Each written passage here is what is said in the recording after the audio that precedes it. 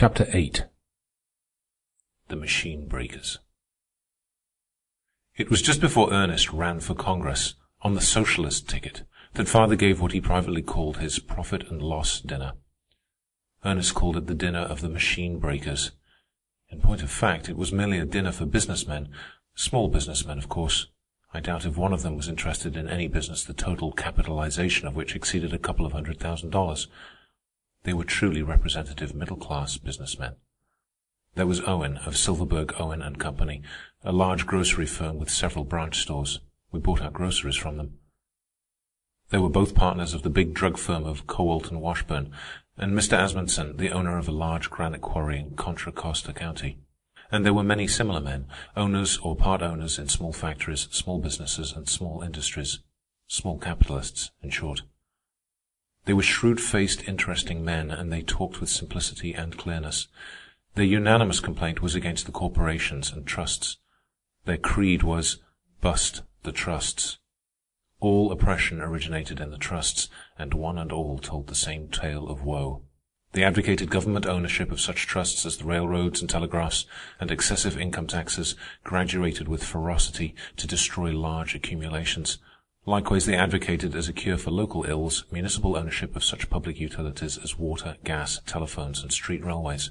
Especially interesting was Mr. Amundsen's narrative of his tribulations as a quarry owner. He confessed that he never made any profits out of his quarry, and this in spite of the enormous volume of business that had been caused by the destruction of San Francisco by the big earthquake. For 6 years the rebuilding of San Francisco had been going on, and his business had quadrupled and octupled, and yet he was no better off. "The railroad knows my business just a little bit better than I do," he said. "It knows my operating expenses to a cent, and it knows the terms of my contracts. How it knows these things, I can only guess. It must have spies in my employ, and it must have access to the parties to all my contracts. For look you, when I place a big contract, the terms of which favor me a goodly profit, the freight rate from my quarry to market is promptly raised. No explanation is made. The railroad gets my profit. Under such circumstances, I have never succeeded in getting the railroad to reconsider its raise. On the other hand, when there have been accidents, increased expenses of operating, or contracts with less profitable terms, I have always succeeded in getting the railroad to lower its rate. What is the result? Large or small, the railroad always gets my profits." "What remains to you over and above," Ernest interrupted to ask, "would roughly be the equivalent of your salary as a manager did the railroad own the quarry." "The very thing," Mr. Asmundsen replied. "Only a short time ago I had my books gone through for the past 10 years. I discovered that for those 10 years my gain was just equivalent to a manager's salary. The railroad might just as well have owned my quarry and hired me to run it." "But with this difference," Ernest laughed. "The railroad would have had to assume all the risk which you so obligingly assumed for it." "Very true," Mr. Asmundsen answered sadly. Having let them have their say, Ernest began asking questions right and left. He began with Mr. Owen. "You started a branch store here in Berkeley about 6 months ago?" "Yes," Mr. Owen answered. "And since then I've noticed that 3 little corner groceries have gone out of business. Was your branch store the cause of it?" Mr. Owen affirmed with a complacent smile. "They had no chance against us." "Why not?" "We had greater capital. With a large business there is always less waste and greater efficiency." "And your branch store absorbed the profits of the 3 small ones. I see. But tell me, what became of the owners of the 3 stores?"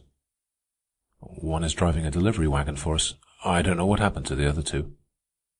Ernest turned abruptly on Mr. Cowalt. "You sell a great deal at cut rates. What have become of the owners of the small drug stores that you forced to the wall?" Note: cut rates. A lowering of selling price to cost and even to less than cost. Thus, a large company could sell at a loss for a longer period than a small company, and so drive the small company out of business, a common device of competition. "One of them, Mr. Hasfurther, has charge now of our prescription department," was the answer. "And you absorbed the profits they had been making?" "Surely. That is what we are in business for." "And you?" Ernest said suddenly to Mr. Asmundsen. "You are disgusted because the railroad has absorbed your profits?" Mr. Asmundsen nodded. "What you want is to make profits yourself." Again Mr. Asmundsen nodded. "Out of others?" There was no answer. "Out of others?" Ernest insisted. "That is the way profits are made," Mr. Asmundsen replied curtly. "Then the business game is to make profits out of others and to prevent others from making profits out of you. That's it, isn't it?" Ernest had to repeat his question before Mr. Asmundsen gave an answer. And then he said, "Yes, that's it, except that we do not object to the others making profits, so long as they are not extortionate." "By extortionate you mean large. Yet you do not object to making large profits yourself. Surely not." And Mr. Asmundsen amiably confessed to the weakness. There was one other man who was quizzed by Ernest at this juncture, a Mr. Calvin, who had once been a great dairy owner. "Some time ago you were fighting the Milk Trust," Ernest said to him, "and now you are in Grange politics. How did this happen?" Note: Grange politics. Many efforts were made during this period to organize the perishing farmer class into a political party, the aim of which was to destroy the trusts and corporations by drastic legislation. All such attempts ended in failure. "Oh, I haven't quit the fight," Mr. Calvin answered, and he looked belligerent enough. "I'm fighting the trust on the only field where it is possible to fight, the political field. Let me show you. A few years ago we dairymen had everything our own way." "But you competed among yourselves," Ernest interrupted. "Yes, that was what kept the profits down. We did try to organize, but independent dairymen always broke through us. Then came the Milk Trust." "Financed by surplus capital from Standard Oil," Ernest said. Note: Standard Oil, the first successful great trust, almost a generation in advance of the rest. "Yes," Mr. Calvin acknowledged, "but we did not know it at the time. Its agents approached us with a club. Come in and be fat was their proposition, or stay out and starve. Most of us came in. Those that didn't starved. Oh, it paid us, at first. Milk was raised a cent a quart. 1/4 of this cent came to us. 3/4 of it went to the trust. Then milk was raised another cent, only we didn't get any of that cent. Our complaints were useless. The trust was in control. We discovered that we were pawns. Finally, the additional 1/4 cent was denied us. Then the trust began to squeeze us out. What could we do? We were squeezed out. There were no dairymen, only a milk trust." "But with milk 2 cents higher, I should think you could have competed," Ernest suggested slyly. "So we thought. We tried it." Mr. Calvin paused a moment. "It broke us. The trust could put milk upon the market more cheaply than we. It could sell still at a slight profit when we were selling at actual loss. I dropped $50,000 in that venture. Most of us went bankrupt. The dairymen were wiped out of existence." Note: Bankruptcy, a peculiar institution that enabled an individual who had failed in competitive industry to forego paying his debts. The effect was to ameliorate the too savage conditions of the fang-and-claw social struggle. "So the trust took your profits away from you," Ernest said, "and you've gone into politics in order to legislate the trust out of existence and get the profits back?" Mr. Calvin's face lighted up. "That is precisely what I say in my speeches to the farmers. That's our whole idea in a nutshell." "And yet the trust produces milk more cheaply than could the independent dairymen?" Ernest queried. "Why shouldn't it, with the splendid organization and new machinery its large capital makes possible?" "There is no discussion," Ernest answered. "It certainly should, and furthermore, it does." Mr. Calvin here launched out into a political speech and exposition of his views. He was warmly followed by a number of the others, and the cry of all was to destroy the trusts. "Poor simple folk," Ernest said to me in an undertone. "They see clearly as far as they see, but they see only to the ends of their noses." A little later he got the floor again, and in his characteristic way controlled it for the rest of the evening. "I have listened carefully to all of you," he began, "and I see plainly that you play the business game in the orthodox fashion. Life sums itself up to you in profits. You have a firm and abiding belief that you were created for the sole purpose of making profits. Only there's a hitch. In the midst of your own profit-making, along comes the trust and takes your profits away from you. This is a dilemma that interferes somehow with the aim of creation, and the only way out, as it seems to you, is to destroy that which takes from you your profits. I have listened carefully, and there is only one name that will epitomize you. I shall call you that name. You are machine breakers. Do you know what a machine breaker is? Let me tell you. In the 18th century, in England, men and women wove cloth on hand looms in their own cottages. It was a slow, clumsy, and costly way of weaving cloth, this cottage system of manufacture.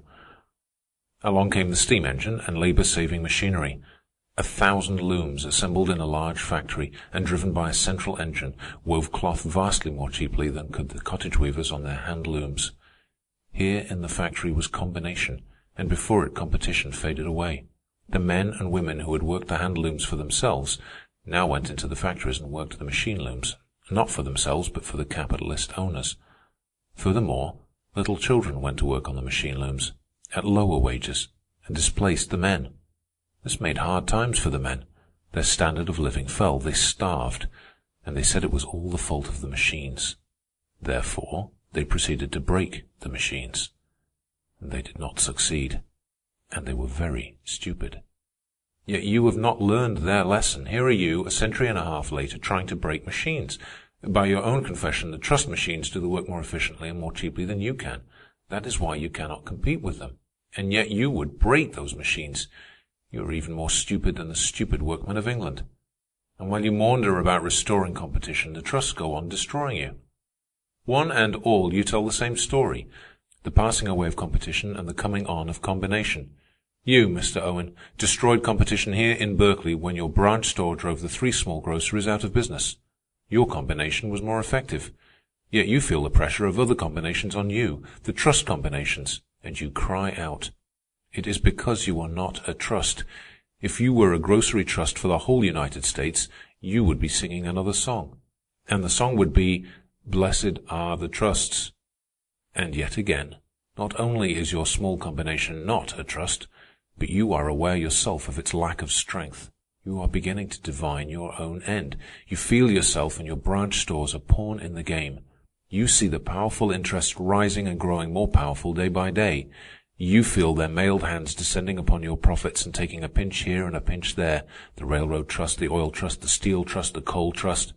And you know that in the end they will destroy you, take away from you the last % of your little profits. You, sir, are a poor gamester. When you squeezed out the 3 small groceries here in Berkeley by virtue of your superior combination, you swelled out your chest, talked about efficiency and enterprise, and sent your wife to Europe on the profits you had gained by eating up the 3 small groceries. It is dog eat dog, and you ate them up. But on the other hand, you are being eaten up in turn by the bigger dogs, wherefore you squeal.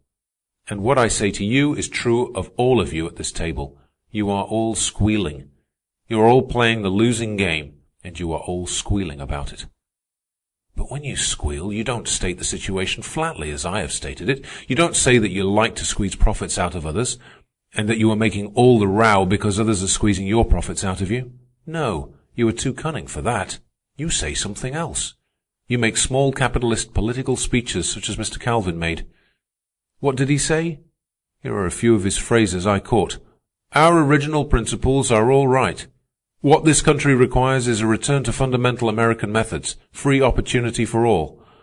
The spirit of liberty in which this nation was born. Let us return to the principles of our forefathers. When he says free opportunity for all, he means free opportunity to squeeze profits, which freedom of opportunity is now denied him by the great trusts. And the absurd thing about it is that you have repeated these phrases so often that you believe them.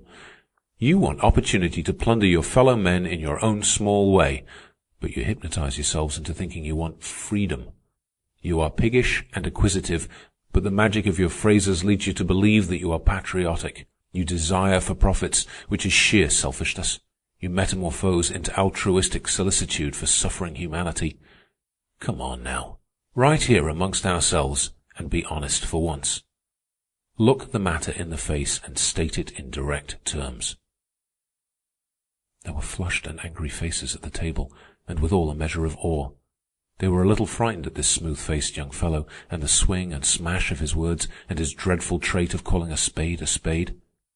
Mr. Calvin promptly replied. "And why not?" he demanded. "Why can we not return to ways of our fathers when this republic was founded? You have spoken much truth, Mr. Everhard, unpalatable though it has been. But here amongst ourselves let us speak out. Let us throw off all disguise and accept the truth as Mr. Everhard has flatly stated it. It is true that we smaller capitalists are after profits, and that the trusts are taking our profits away from us. It is true that we want to destroy the trusts in order that our profits may remain to us. And why can we not do it? Why not, I say? Why not? Ah, now we come to the gist of the matter, Ernest said with a pleased expression. I'll try to tell you why not, though the telling will be rather hard. You see, you fellows have studied business in a small way, but you have not studied social evolution at all.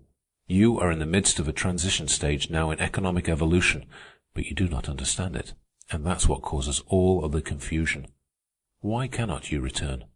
Because you can't. You can no more make water run uphill than you can cause the tide of economic evolution to flow back in its channel along the way it came. Joshua made the sun stand still upon Gibeon, but you would outdo Joshua. You would make the sun go backward in the sky. You would have time retrace its steps from noon to morning.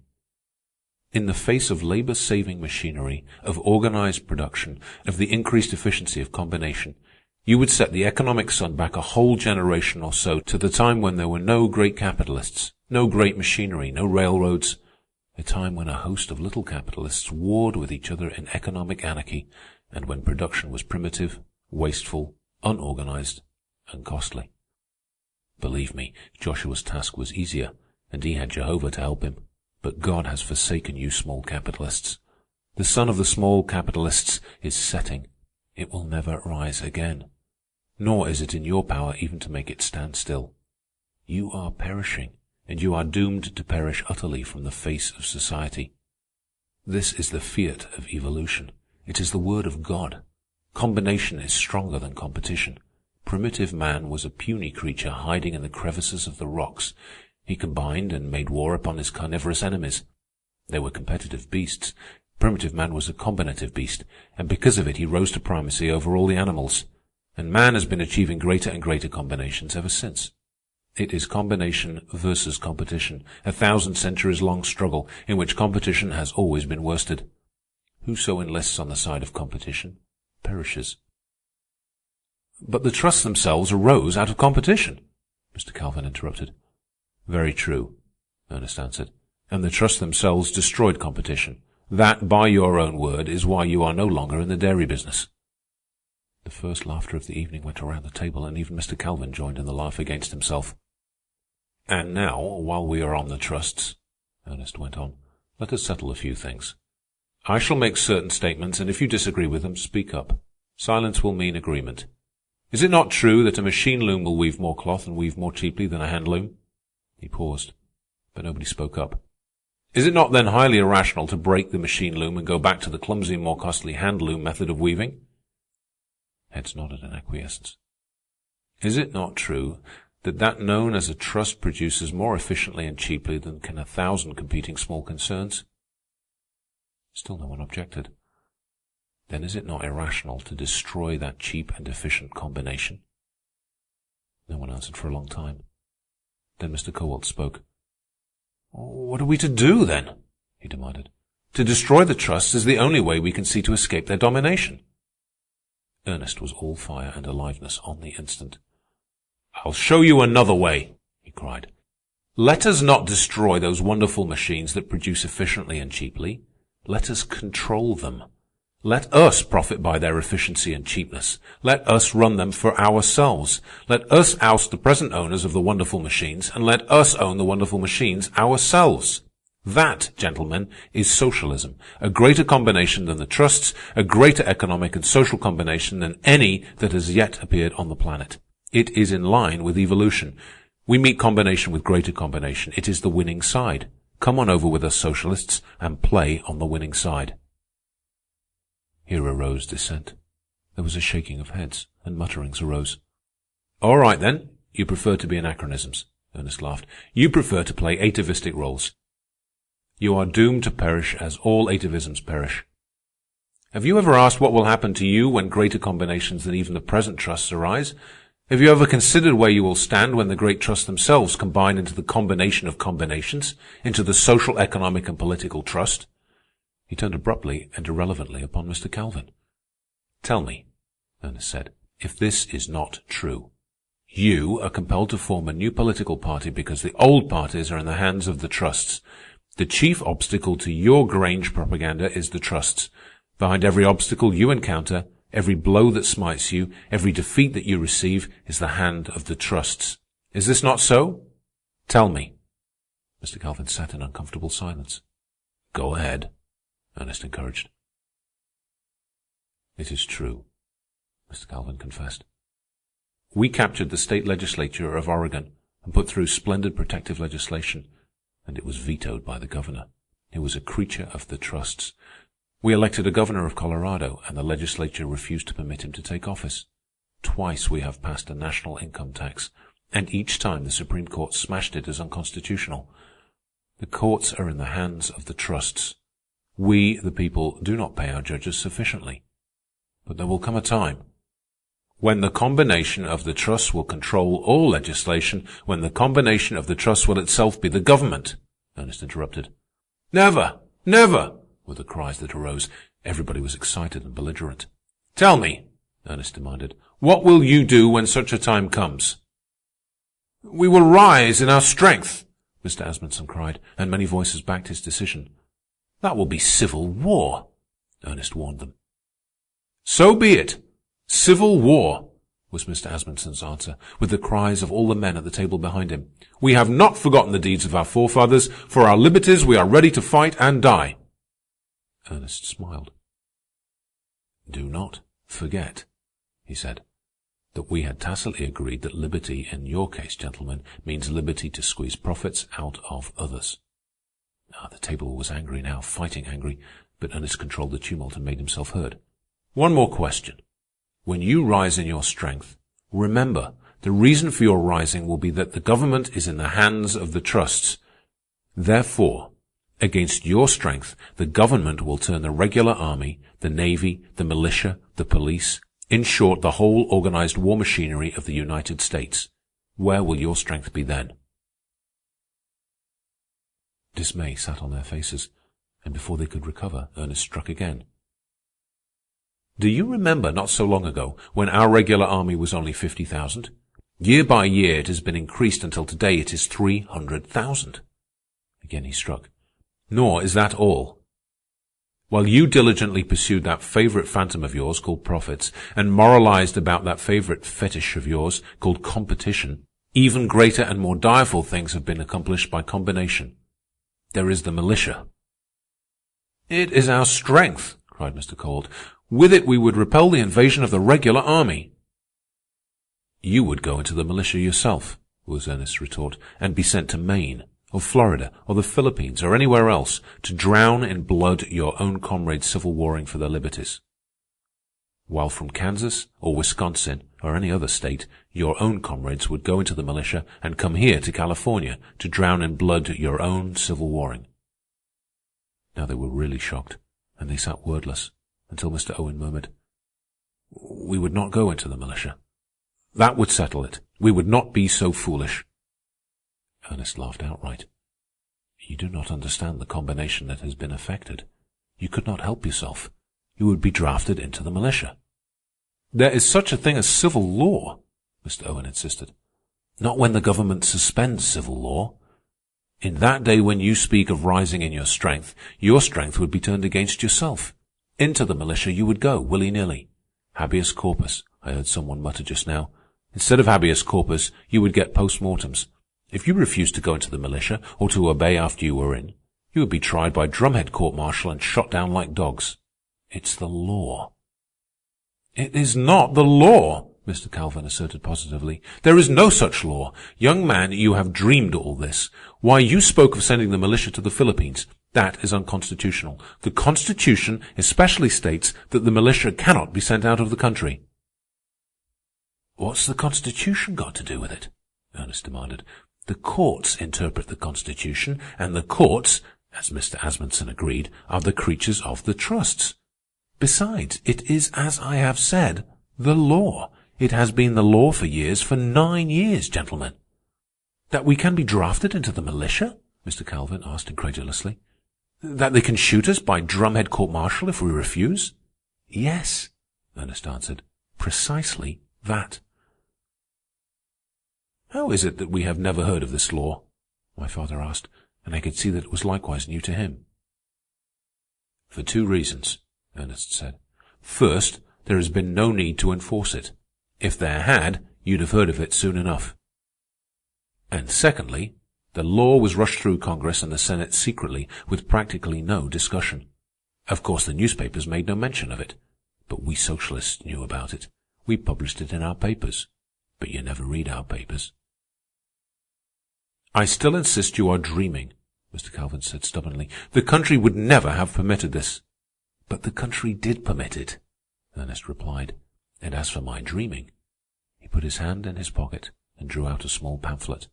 "Tell me if this looks like dream stuff." He opened it and began to read. Section 1. Be it enacted, and so forth, that the militia shall consist of every able-bodied male citizen of the respective states, territories, and District of Columbia, who is more than 18 and less than 45 years of age. Section 7.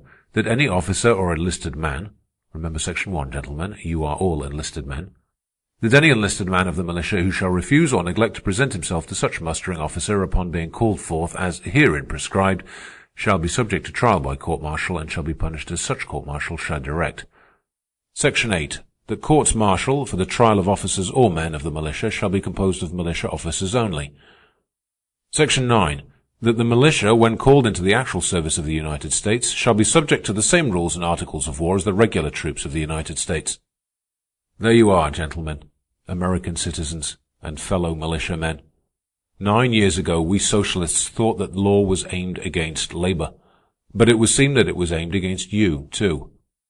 Congressman Wiley, in the brief discussion that was permitted, said that the bill provided for a reserve force to take the mob by the throat. You're the mob, gentlemen, and protect at all hazards life, liberty, and property. And in the time to come, when you rise in your strength, remember that you will be rising against the property of the trusts and the liberty of the trusts according to the law to squeeze you. Your teeth are pulled, gentlemen. Your claws are trimmed. In the day you rise in your strength, toothless and clawless, you will be as harmless as any army of clams. "I don't believe it," Cold cried. "There is no such law. It is a canard got up by you socialists." "This bill was introduced in the House of Representatives on July the 30th, 1902, was the reply. "It was introduced by Representative Dick of Ohio. It was rushed through. It was passed unanimously by the Senate on January the 14th, 1903, and just 7 days afterward was approved by the President of the United States." Note: Everhard was right in the essential particulars, though his date of the introduction of the bill is in error. The bill was introduced on June the 30th and not on July the 30th. The congressional record is here in Ardis, and a reference to it shows mention of the bill on the following dates: June the 30th, December 9th, 15th, 16th, and 17th, 1902, and January 7th and 14th, 1903. The ignorance evidenced by the businessmen at the dinner was nothing unusual. Very few people knew of the existence of this law. E. Unterman, a revolutionist, in July 1903, published a pamphlet at Girard, Kansas, on the militia bill. This pamphlet had a small circulation among working men, but already had the segregation of classes proceeded so far that the members of the middle class never heard of the pamphlet at all, and so remained in ignorance of the law. End of Chapter 8. Recording by Matt Saw, Montreal, mattsaw.org.